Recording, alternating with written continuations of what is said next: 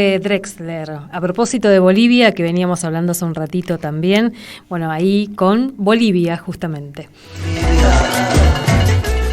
10:29 minutos, un tema que lo hemos visto, charlado desde diferentes miradas con diferentes actores también, ¿no? Que es la problemática de la bajante de los ríos. Antes de la bajante del Paraná, que venimos contando y que venimos mirando asombradamente. También aquí en la provincia contábamos la bajante del río Iguazú, con lo que significó hace no mucho tiempo, meses enteros de la población de Puerto Iguazú, de la ciudad de las Cataratas, sin agua, sin provisión de agua potable por meses enteros en esa población. Y decíamos, queremos charlar un poco de este tema, de las sequías, de las bajantes de los ríos, particularmente ahora el Paraná, desde la mirada de la campaña plurinacional en defensa del agua, y desde allí está en contacto con nosotros y con nosotras el biólogo Raúl Montenegro, Premio Nobel Alternativo de la Paz, con quien venimos hablando de otras cuestiones también, y agradecemos esta charla. Raúl, muy buenos días, ¿cómo le va? Alicia Rivas lo saluda desde la radio de la universidad. ¿Qué tal, Alicia? Un gusto realmente. Muchas gracias por atendernos. Bueno, debe ser un contexto interesante dentro de la campaña plurinacional abordar esta coyuntura que pareciera no es tan coyuntural, digamos, ¿no? La sequía y la bajante extraordinaria del Paraná. ¿Cómo lo miran ustedes? ¿Cómo están evaluando lo que está pasando acá? Mira, yo creo que lo primero que hay que tener en cuenta es lo siguiente. Primero, algo muy obvio, y es que necesitamos agua dulce, ¿no? Eso es clave. La otra es de que tiene que ver prácticamente con lo que pasa en Argentina, lo que pasa, por ejemplo, en Córdoba, que es donde yo vivo, es la falta de percepción de los ríos como cuencas hídricas. O sea, realmente en Argentina no funciona el concepto de cuencas hídricas, y mucho menos a nivel internacional. O sea, en el caso, por ejemplo, de río Paraguay-Paraná, Paraguay-Paraná-Plata, ¿no? Que es uno de los cursos más grandes del mundo, realmente no funciona un comité de cuenca. Es decir, esa me parece que es la primera reflexión interesante antes de decir, bueno, ¿qué es lo que está pasando? Es decir, no hay una administración conjunta, pero eso pasa dentro del país. Prácticamente en la inmensa mayoría de los ríos no hay comités de cuenca que liguen, por ejemplo, supongamos entre una provincia, municipalidades, sectores de la sociedad civil. Eso me parece importante porque implica que de pronto un país hace represas, otro país hace descargas, y no hay realmente un sistema administrativo. Y en ese contexto pasa esta bajante excepcional, por lo menos la más importante de hace 77 años, y obviamente pone un poco patas arriba una cantidad de actividades que estaban de alguna forma acostumbradas a que el Paraná tuviera ciclos, pero no descendiera tanto, ¿no? Es decir, ¿se pudo haber evitado este nivel de bajante, por ejemplo? No, y eso hay que aclararlo bien. Obviamente tenemos alteraciones en cuencas altas, tenemos una cantidad de cosas que están pasando, pero acá estamos enfrentados primero a grandes ciclos, y además de estar enfrentados a grandes ciclos, tenemos cambio climático global. O sea, se suman las dos cosas. Grandes ciclos me refiero al río Paraná, que aparte es uno de los cursos de agua en el mundo con mayor diversidad de peces, son prácticamente 200 especies, es un ecosistema de nivel fluctuante. O sea, está anualmente, tiene su proceso cíclico, o sea que sube y baja, ¿no es cierto? En este caso es como si dentro de ese ciclo se hubiera agudizado el tema de la sequía, pero vinculado sobre todo a esto que le decía, ¿no? De que es una mezcla entre un sistema cíclico usual, y después el que está agravado por el cambio climático global, incluso también por el tema de de la niña ampliada, ¿no? O sea, el hecho de que no solamente tenemos un cambio en el clima, sino que está esta anomalía que se genera en todo lo que es el océano Pacífico. Entonces está también afectando, ¿no? Pero tengamos en cuenta que con todas las sociedades, funcionamientos urbanos, que no tienen en cuenta que este sistema sube y baja. En el año 44 fue mucho más grave que ahora. La única diferencia es que la vulnerabilidad que tenemos hoy en día para este tipo de fenómeno es infinitamente más grande que la de ese año. Eso me parece, eso no lo veo muy reflejado dentro de la agenda de debates, ¿no? Es tan fuerte la destrucción que hemos hecho cuenca arriba, pensemos tanto en el caso del Paraná como el caso de Paraguay, lo que hemos destruido arriba y todo lo que hemos alterado en el curso medio y hacia abajo, que en realidad el problema es que nos agarra, nos invade esta sequía y esta bajante en el momento de menor resiliencia histórica del curso Paraná. Eso es lo que me parece lo grave, ¿no? No es solamente el problema que haya bajado el agua, que aparte de un ecosistema con toda la vida que tiene, sino que además se da en un momento en donde la capacidad para resistir es la más baja de toda su historia. No sé si queda claro. Sí. ¿Y con qué tiene que ver, para reiterar, digamos, no, algo ya lo planteo, pero con qué tiene que ver esa capacidad de resistir? Esa capacidad de resistencia tiene que ver fundamentalmente con el mantenimiento de la biodiversidad. O sea, por diversidad es importante el concepto porque se refiere desde virus, bacterias, hongos, hasta plantas verdes, vertebrados, invertebrados, todas son formas vivas, ¿no? Son miles de especies. Entonces, el Paraná es un sistema que se expande y se retrae.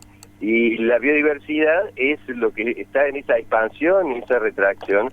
Y cuanto más destruida está la biodiversidad y más alterado está el sistema, la posibilidad de recuperar esa biodiversidad se hace muy baja. Es decir, de hecho, la única forma en que la biodiversidad en sistemas terrestres o acuáticos se puede recuperar es en base a la que queda. No podemos plantar, no podemos decir un río, sacar una bolsita y bueno, tiremos 100 gramos de biodiversidad, sino que la reconstruye el propio río y el propio sistema costero, porque también esto es importante, las cuencas hídricas no es agua. Hasta el concepto agua a mí a veces me fastidia un poco, ¿no? Porque yo creo que son ecosistemas, y lo que nosotros necesitamos para sobrevivir es que funcione el total del ecosistema. Y obviamente estamos, como les decía, en el momento de resiliencia más baja de esa cuenca, y además con un transporte de sedimentos monstruoso, de superar los 80 millones de toneladas por año. Ustedes piensen que es tanta la alteración que no solamente tenemos baja en la biodiversidad, sino que también hay un aumento notable de la cantidad de sedimentos, que viene sobre todo del lado del Paraguay, ¿no? Del río Paraguay. Entonces, no solamente... ¿Qué hay en esos sedimentos? ¿Qué encontramos ahí? Esos sedimentos en realidad son sedimentos que forman parte de lo que le da el color. Yo creo que hay algo que nos llama toda la atención sin darnos cuenta, es de que es un río de color puma, es decir, es un río marrón, y un río marrón por sedimentos. El problema es que no solamente sigue trayendo sedimentos, por eso que se ha armado el delta, es algo así como un descendiente de los sedimentos, pero hay algo que también debemos tener en cuenta, de que en todo el curso ha aumentado la descarga de líquidos contaminantes, químicos, cloacales, y como cuando se reduce el caudal de este río es monstruosamente grande. Piensen que cuando estamos hablando de unos 19.000 metros cúbicos por segundo, nosotros aquí en Córdoba tenemos nosotros llamamos un río porque somos agrandados, pero en realidad el módulo que tiene el río Suquía es de 9 metros cúbicos por segundo. Entonces digo, la distancia es abismal. Aún así, cuando se reduce el caudal y sigue en cambio la descarga de líquidos cloacales, industriales, obviamente aumenta la concentración de contaminantes y por lo tanto la afectación de esa misma biodiversidad, ¿no? O sea que lamentablemente al final del día lo real es que no hubiéramos podido, a la pregunta tuya que me parece muy atinada, ¿hubiéramos podido evitarlo? No.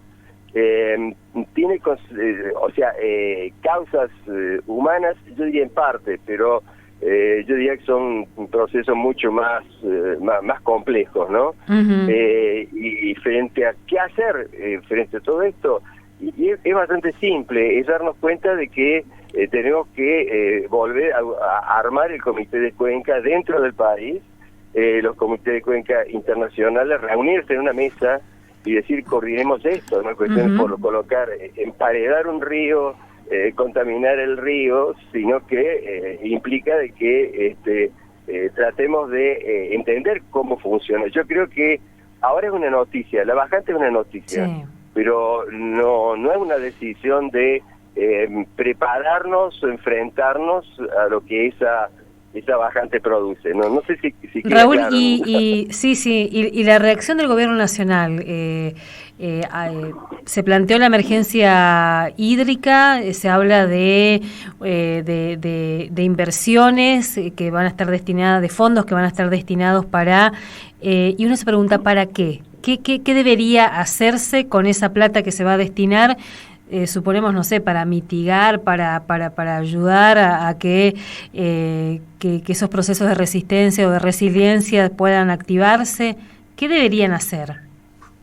Es que llegamos un poco a lo mismo. Es muy difícil que se pueda administrar algo tan complicado como uno de los cursos más grandes del mundo, si no tenemos al menos un debate entre los distintos lugares que viven de ese sistema fluctuante como es el Paraná, ¿no? Entonces, todo lo que tenga que ver con inversiones, fondos, primero quiero aclarar que cuando se trata de una masa de agua tan monstruosamente grande, casi parece una broma, ¿no es cierto? Uno habla de recursos económicos, piensen ustedes todos los volúmenes. Entonces a mí me parece que lo más urgente en esto, bueno, que esos fondos cuando ayuden a los sectores más deprimidos de la sociedad, que terminan siendo, como siempre, los más afectados, porque los señores de la soja, los señores de las exportaciones mineras y toda una larga lista de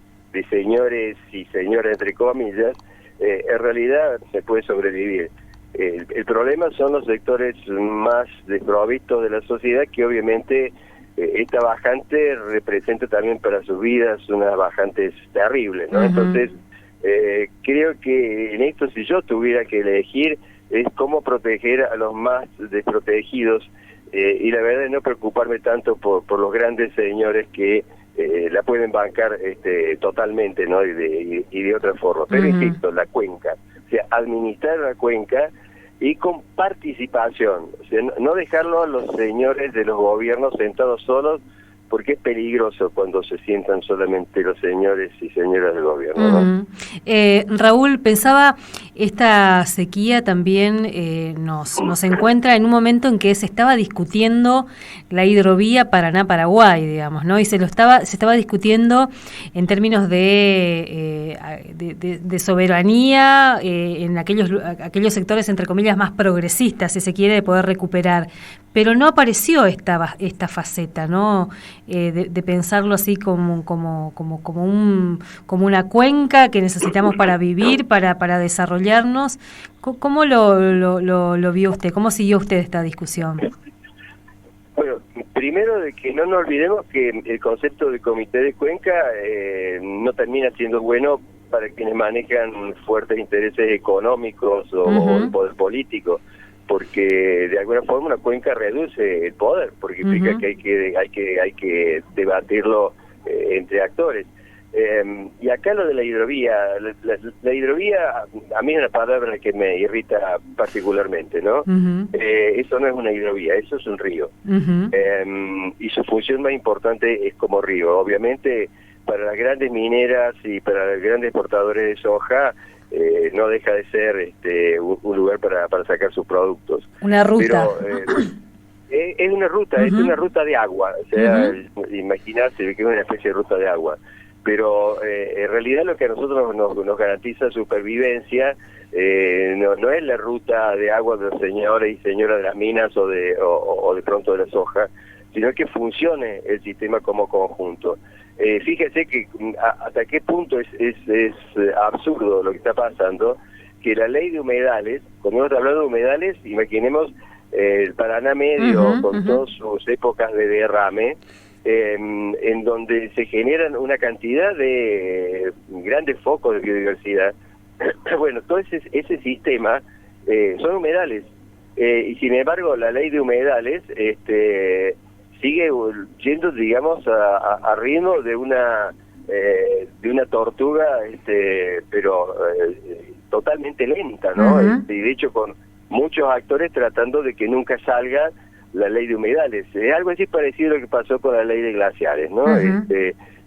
Los sectores poderosos y después la inercia gubernamental terminan siendo a veces mucho más fuertes que las necesidades que tenemos como sociedad, ¿no? Entonces, es como un embudo. Siempre terminamos llegando a la noción de embudo, ¿no? Dice, embudo es, no hay forma de enfrentar estas cosas en donde hay cosas que no necesariamente son de origen humano, sino que algunas tienen que ver con ciclos muy grandes, y no tratamos de administrarlo en forma conjunta. Por ejemplo, fíjese, a mí me llamó la atención, ¿dónde está la convocatoria del gobierno nacional y de los propios gobiernos provinciales para decir, a ver, veamos cómo está el tema del Comité de Cuenca, reflotemos, veamos cuáles son de pronto los pescadores artesanales, dónde están sufriendo más, dónde puedo ayudarlos?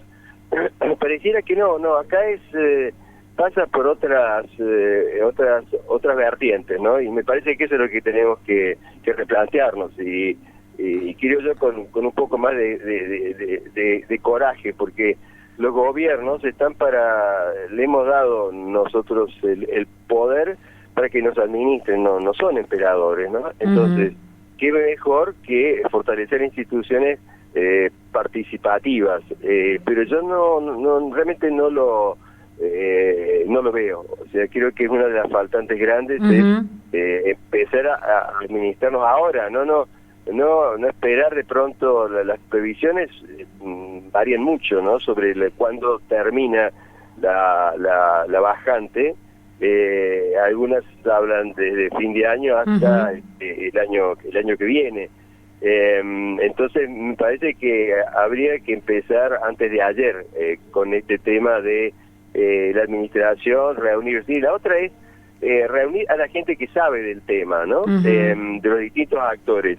No solamente hidrólogos, limnólogos, que son los que estudian cómo funcionan los ecosistemas de aguas superficiales dulces, es decir, hasta el que sabe cómo es la trama social, la fragilidad de la gente que vive de este río y de sus ciclos, hay que juntarse y ver. O sea, yo la verdad que yo no confío en las medidas tomadas por 1, 7 u 8 gobiernos en donde hablan señores con una corbata o señoras de sus lugares de poder. Me parece que esto es demasiado grande y demasiado grave como para dejarlos en los irresponsables de turno, ¿no? Raúl, y este espacio de esta campaña plurinacional es un espacio donde se está discutiendo estas cuestiones, donde se está construyendo tal vez una agenda que después termine demandando esto que plantea, ¿no? Que se activen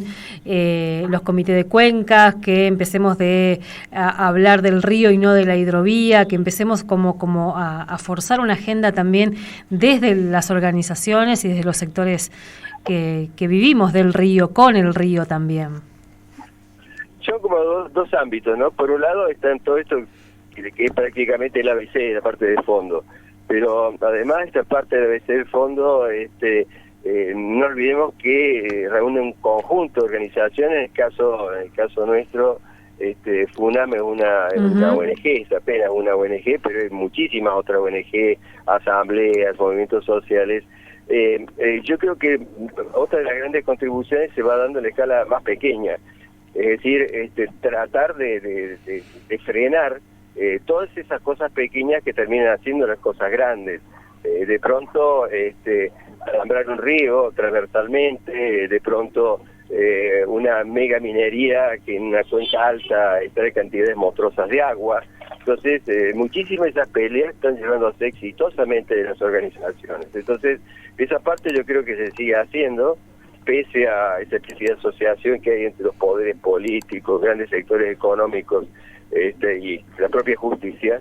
Entonces son como dos caminos, ¿no? En donde uno se va haciendo todas las cosas pequeñas, participativamente, en algunos lugares más en forma inofensiva, en caso, por ejemplo, de ríos vivos en Colombia, porque los problemas estos son comunes en muchos países, en donde tienen que cuidar amanecer con vida al día siguiente, ¿no? Es decir, es una especie de paleta complicada de cosas grandes como pelear por un comité de cuenca y de pronto cosas más pequeñas como para decir en el caso de Córdoba, imaginen que tenemos un gobernador como Juan Schiaretti muy limitado intelectualmente para ver estos problemas, en donde cuando acá, después de incendio y escasez de agua, ¿qué se le ocurrió a Juan?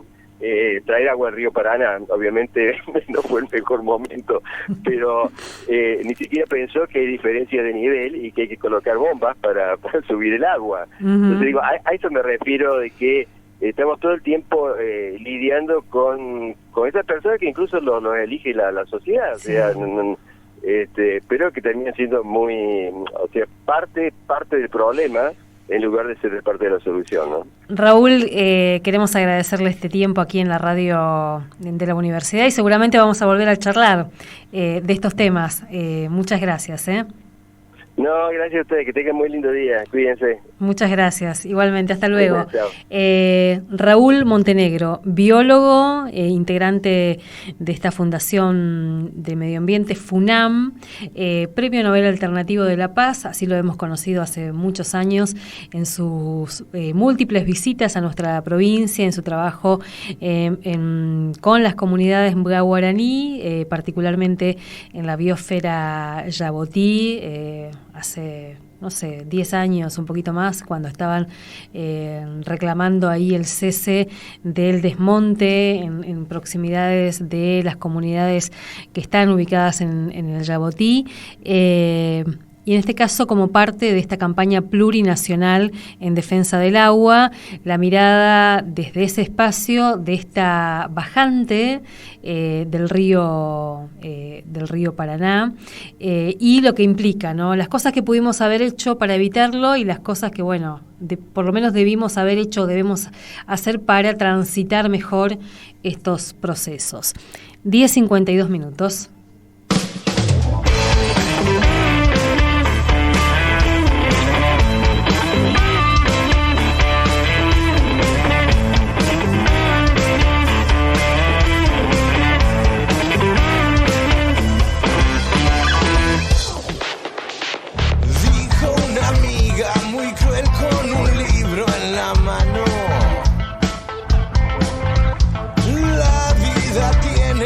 Forma de estrella.